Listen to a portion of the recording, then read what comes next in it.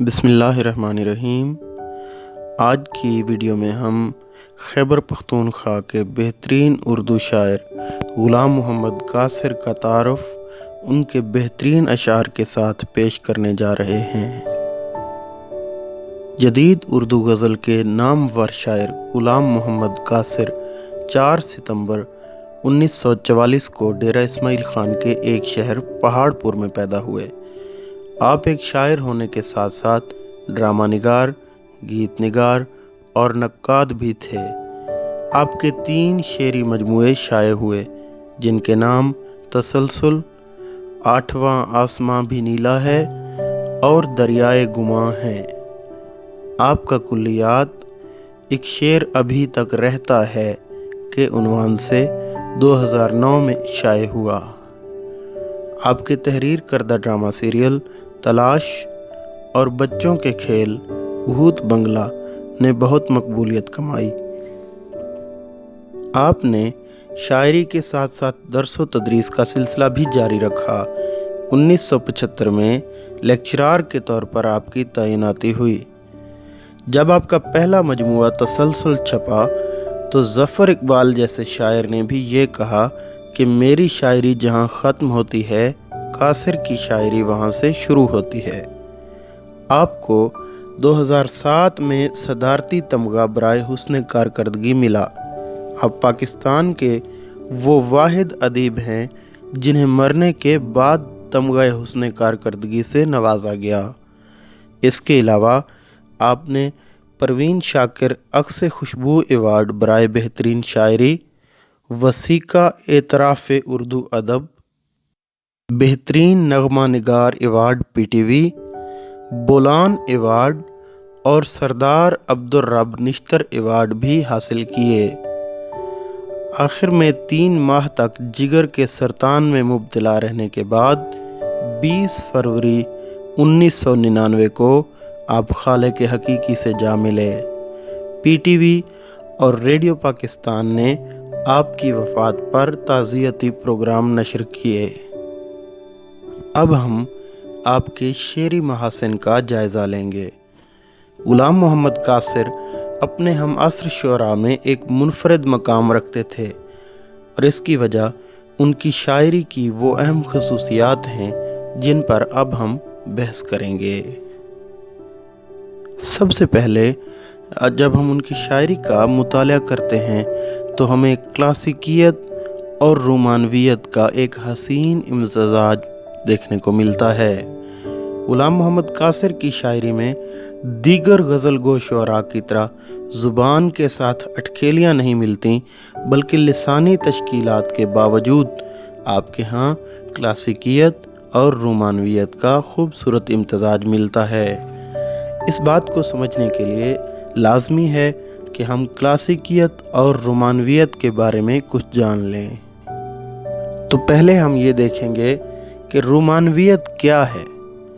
اپنے فن پاروں میں وجدان، جذبات اور تخیلات کو حقیقت پسندی یا عقلیت کے مقابلے میں ارد گرد سے بے اعتنائی، دور کی سوچنا اور دیکھنا، حقیقی زندگی کی روایات اور بندھنوں سے بیزاری، عارضی جائے پناہ کی تلاش، سکون کی تلاش، حال سے آنکھ نہ ملانا، ماضی کے دھندلکوں اور مستقبل کی خواب آلود فضاؤں میں گم رہنا، فطرت پرستی، وفور جذبات، آزادہ روی، نرگسیت، انانیت، فلسفیانہ تصوریت، معاشرتی، اخلاقی اور تہذیبی پابندیوں سے بغاوت اور قدامت پرستی سے انحراف، یہ رومانیت کے نمایاں خد و خال ہیں۔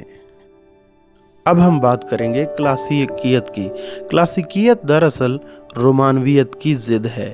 کلاسیکیت پابندی کا نام ہے اور رومانویت آزادی کا۔ جس دور میں کلاسیکیت کا رجحان غالب رہا تو اس دور کو کلاسیکی دور کہا گیا ہے۔ اس دور میں حیت پرستی، قدامت پسندی، عقلیت، تنظیم، اصول پرستی اور اعتدال یہ نمایاں علامتیں ہیں کلاسیکیت کی۔ اب ہم بات کریں غلام محمد قاصر کی، تو ان کے ہاں دونوں چیزوں کے بین بین خوبصورت شاعری ملتی ہے۔ اس کی مثال یہ شعر دیکھیے: شوق برہنہ پا چلتا تھا اور رستے پتھریلے تھے، گھستے گھستے گھس گئے آخر کنکر جو نوکیلے تھے۔ یہ شعر ان کی شاعری میں کلاسیکیت اور رومانویت کے درمیان کسی اعتدال کا علمبردار ہے۔ اس کے بعد ہم بات کریں گے سہل ممتنع کے حوالے سے۔ سہل ممتنع ایک بڑی خوبصورت ادبی ترکیب ہے۔ سہل کا مطلب ہے آسان اور ممتنع کا مطلب ہے مشکل، تو یہ ایک بڑی دلچسپ بات ہے، یعنی سہل ممتنع، آسان مشکل۔ تو سہل اس لحاظ سے ہے کہ بظاہر جو شعر کہا جائے یا ایسا کلام جو بظاہر نہایت آسان اور عام فہم معلوم ہو، مگر ممتنع اس لحاظ سے، مشکل اس لحاظ سے کہ اس کی مثال بنانا نہایت مشکل ہو، اس جیسا شعر کہنا قریب قریب ناممکن ہو، تو ایسے شعر کو سہل ممتنع کہا جاتا ہے۔ غلام محمد قاصر کے ہاں سہل ممتنع کی مثالیں بکثرت ملتی ہیں۔ مثال کے طور پر ان کا یہ مطلع دیکھیے: پہلے ایک شخص میری ذات بنا، پہلے ایک شخص میری ذات بنا اور پھر پوری کائنات بنا۔ اس کے بعد اگر ہم رفعت تخیل کے حوالے سے بات کریں تو کسی بھی شاعر کے تخیل کی پرواز اس کے شعری قد و قامت کا تعین کرتی ہے۔ غلام محمد قاصر کے ہاں رفعت تخیل اپنے عروج پر نظر آتی ہے جب وہ کہتے ہیں: خوشبو گرفت عکس میں لایا اور اس کے بعد میں دیکھتا رہا تیری تصویر تھک گئی۔ ایسا خوبصورت شعر ان کے رفعت تخیل کے حوالے سے ایک دلیل ہے۔ اس کے بعد اگر ہم انقلاب کے حوالے سے بات کریں تو بظاہر قاصر کو ہم انقلابی شاعر نہیں کہہ سکتے، لیکن ان کے ہاں انقلابی اشعار نہایت خوبصورت اور مدھم انداز میں موجود ہیں۔ قاصر کے ہاں نظام کہنہ سے نفرت اور انقلاب کی خواہش سر اٹھاتی نظر آتی ہے، اور وہ اس نظام پر کچھ یوں چوٹ کرتے ہیں: آیا ہے ایک راہنما کے استقبال کو ایک بچہ، پیٹ ہے خالی آنکھ میں حسرت ہاتھوں میں گلدستہ ہے۔ ایسا خوبصورت شعر ان کی انقلابی روح کا آئینہ دار ہے۔ اس کے بعد ہم بات کریں گے سادگی اور پرکاری کے حوالے سے۔ ایک ہی شعر میں سادگی اور پرکاری کو جمع کر دینا یقیناً ایک فنکاری ہے، اور یہ فنکاری قاصر کے ہاں کچھ یوں نظر آتی ہے جب وہ کہتے ہیں: کروں گا کیا جو محبت میں ہو گیا ناکام، مجھے تو اور کوئی کام بھی نہیں آتا۔ اور یہ وہ خوبصورت شعر ہے جسے منو بھائی میر تقی میر سے منسوب کر گئے تھے۔ یہ منو بھائی کی غلطی ہی صحیح، لیکن کسی بھی شاعر کے لیے اس سے بڑی داد اور کیا ہو سکتی ہے کہ اس کا شعر میر تقی میر سے منسوب کر دیا جائے۔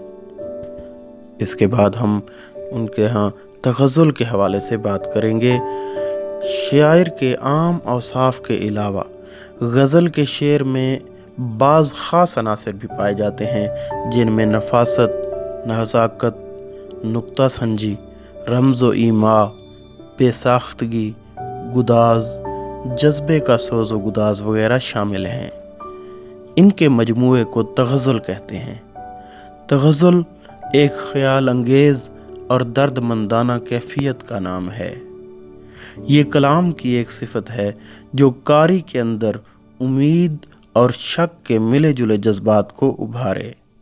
خالص نشاط یا شدید الم تغزل کی روح کے منافی ہے۔ غلام محمد قاصر کے ہاں تغزل اپنی تمام تر رعنائیوں کے ساتھ موجود ہے۔ مثلاً ان کا یہ شعر دیکھیں: ہے شوق سفر ایسا ایک عمر سے یاروں نے، منزل بھی نہیں پائی رستہ بھی نہیں بدلا۔ ایسا خوبصورت انداز اور یہ تغزل قاصر کے ہاں ہی مل سکتا ہے۔ اب اگر تلمیح کے حوالے سے ہم بات کریں تو سب سے پہلے یہ جاننا ضروری ہوگا کہ تلمیح کسے کہتے ہیں۔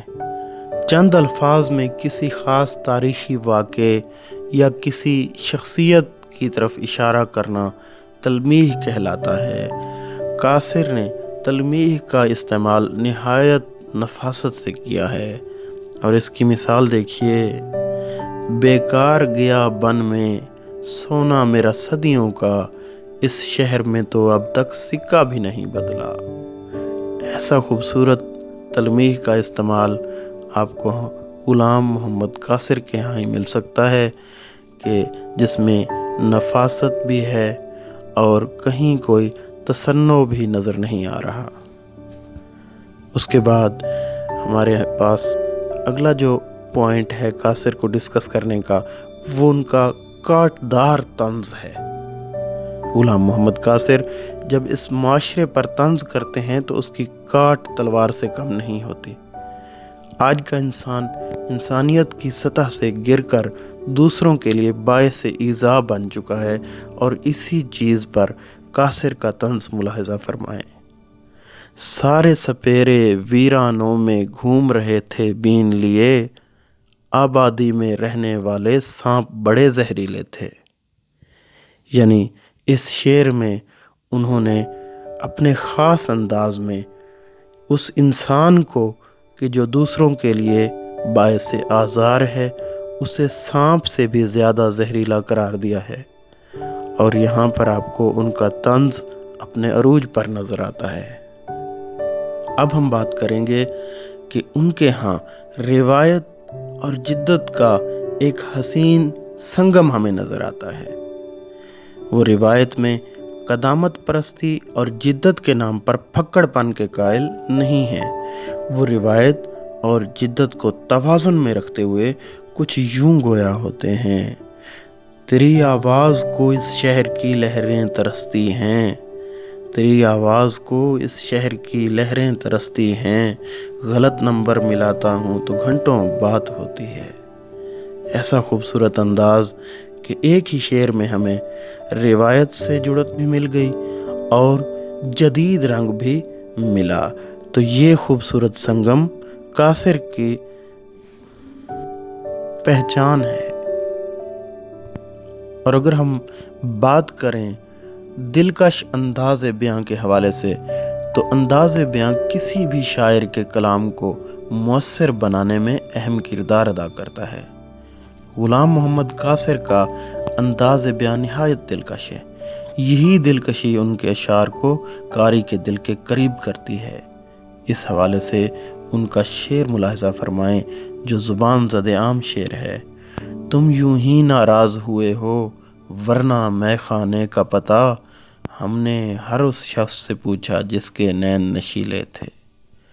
ایسا خوبصورت اور دلکش انداز بیاں غلام محمد قاصر کی پہچان بن چکا ہے۔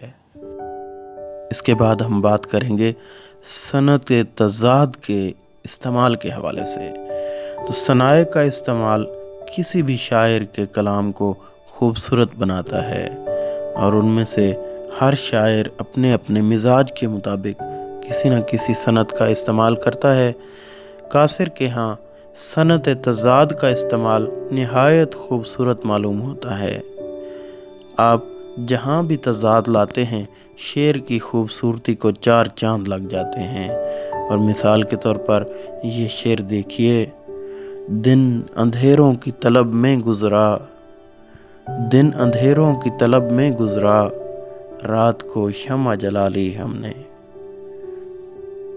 اس شعر میں رات اور دن کا تضاد بھی موجود ہے، اور اس کے ساتھ ساتھ اندھیرے کے تضاد کے طور پر شمع جلانا بھی استعمال کیا گیا ہے۔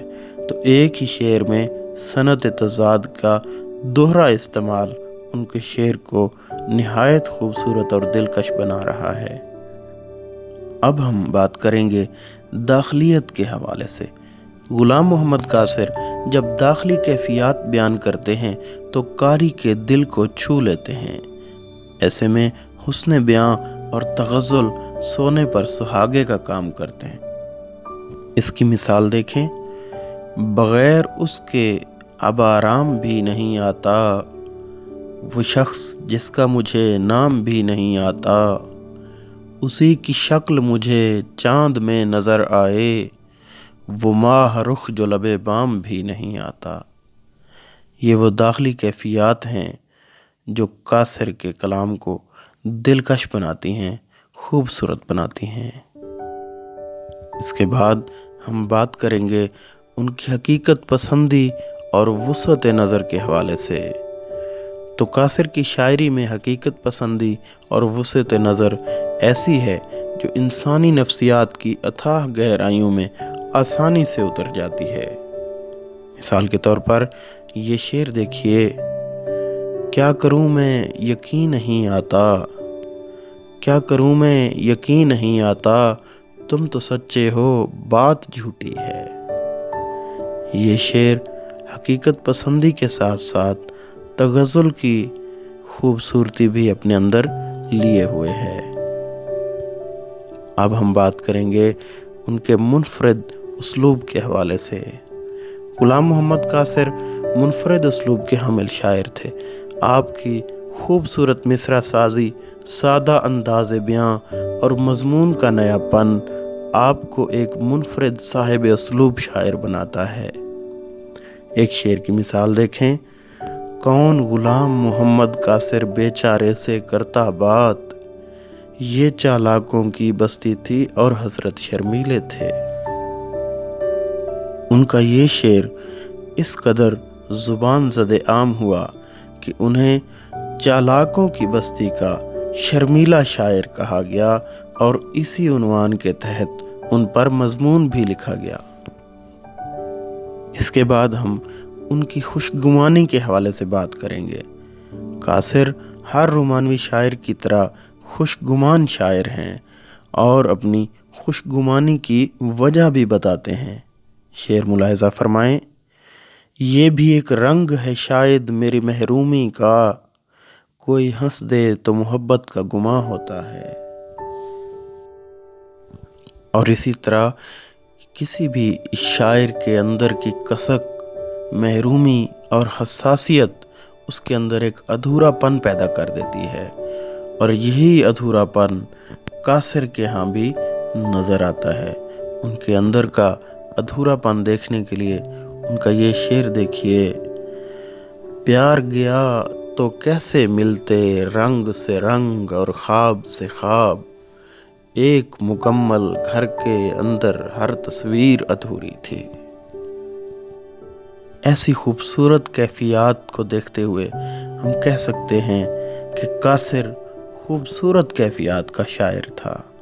انہی کیفیات کو شعر میں ڈھال کر ایسے شاہکار اشعار تخلیق کرتا کہ قاری داد دینے پر مجبور ہو جاتے۔ اسی طرح کیفیات سے بھرپور ایک شعر ملاحظہ فرمائیں، محبت کی گواہی اپنے ہونے کی خبر لے جا، جدھر وہ شخص رہتا ہے مجھے اے دل ادھر لے جا۔ یہ لطیف خیالات، یہ کیفیات اور یہ لطافتیں قاصر ہی کا نصیب ہو سکتی ہیں۔ آپ کی شاعری میں ایسے لطیف خیالات اور الفاظ میں ایسا لطیف ربط ملتا ہے کہ شعر دل میں اتر جاتا ہے۔ مثال کے طور پر ان کا ایک اور شعر پیش کرتے ہیں۔ اس شعر میں آپ پھول، شبنم اور آنکھوں کا ایک ربط ملاحظہ فرمائیں، نام لکھ لکھ کے تیرا پھول بنانے والا، نام لکھ لکھ کے تیرا پھول بنانے والا، آج پھر شبنمی آنکھوں سے ورق دھوتا ہے۔ ایسے خوبصورت اشعار تخلیق ہونے کے پیچھے ایک عنصر یہ بھی تھا کہ غلام محمد قاصر نے ادبی اور دیگر تحریکوں سے دامن بچاتے ہوئے ہمیشہ اپنے شعر پر توجہ دی۔ انہوں نے کسی قسم کی تحریک کو اپنے کلام پر اثر انداز نہیں ہونے دیا اور ہمیشہ شعریت کو اولین ترجیح دی، اسی لیے ان کے اشعار قارئین پر شعریت کے نئے در وا کرتے ہیں۔ مثال کے طور پر ایک خوبصورت شعر ملاحظہ فرمائیں اور اس میں موجود بھرپور شعریت کا رنگ دیکھیں۔ سایوں کی زد میں آ گئیں ساری غلام گردشیں، اب تو کنیز کے لیے راہ فرار بھی نہیں۔ ایسا خوبصورت شعر جو کہ شعریت سے بھرپور ہے، یہ وہی شاعر کہہ سکتا ہے جس نے دیگر ہر قسمی تحریکوں سے بچتے ہوئے شاعری کو ترجیح دی ہو۔ اب ہم آخر میں سب سے اہم چیز کی طرف بڑھیں گے اور وہ ہے مضمون آفرینی۔ تو قاصر کے ہاں مضمون آفرینی بھی اپنے عروج پر نظر آتی ہے۔ نادر مضامین باندھتے ہیں اور نہایت خوب باندھتے ہیں۔ اس کی ایک مثال ملاحظہ فرمائیں۔ یہ حادثہ ہے کہ ناراض ہو گیا سورج، یہ حادثہ ہے کہ ناراض ہو گیا سورج، میں رو رہا تھا لپٹ کر خود اپنے سائے سے۔ تو یہ اشعار اور یہ نکات اس بات کے غماز ہیں کہ غلام محمد قاصر خیبر پختونخوا سے تعلق رکھنے والے اردو کے چوٹی کے شعراء میں سے ایک ہیں۔ ہر باذوق قاری کو آپ کے کلیات سے اپنے ذوق کی تسکین کرنی چاہیے۔